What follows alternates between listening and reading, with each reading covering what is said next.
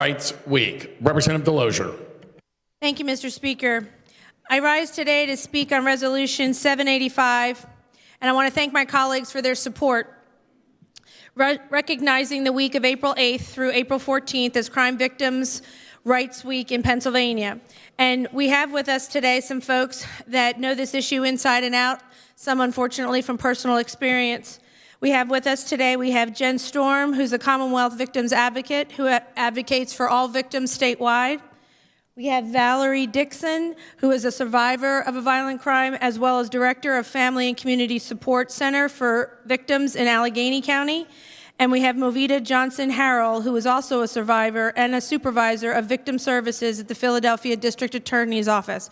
And I just want to say thank you for being here today and supporting all victims' voice.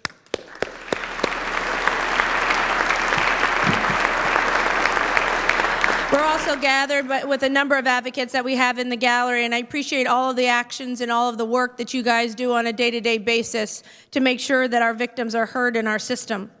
And as most of you know, I've been a very big advocate for the voice of our victims here in Pennsylvania, and I've been very lucky to be able to use the position as a state legislator to make sure that we get public policy in place that makes sure that our victims' voices are heard in the very entwined justice system that we have.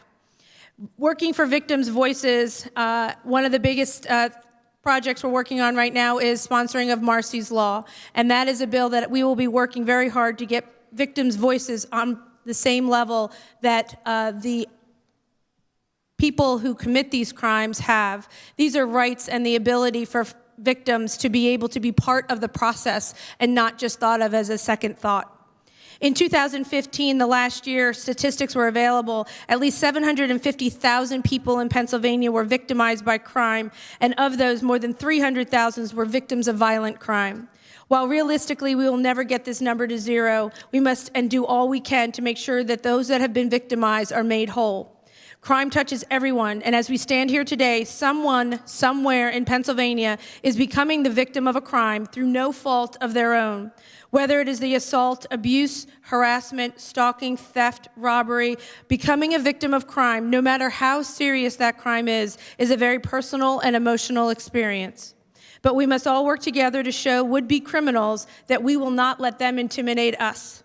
We will not let them invade our communities and continue their wrongful acts on our streets and in our neighborhoods. One of the best parts about a community is when a community comes together in times of need. And I urge all of you to be that voice, be that victim's voice, and be that support system for those that have been victimized. I want to thank you for supporting victims and reaffirming that they are no less deserving of rights, resources, restoration, and rehabilitation than the criminals that perpetrated the crime against them. Thank you, Mr. Speaker.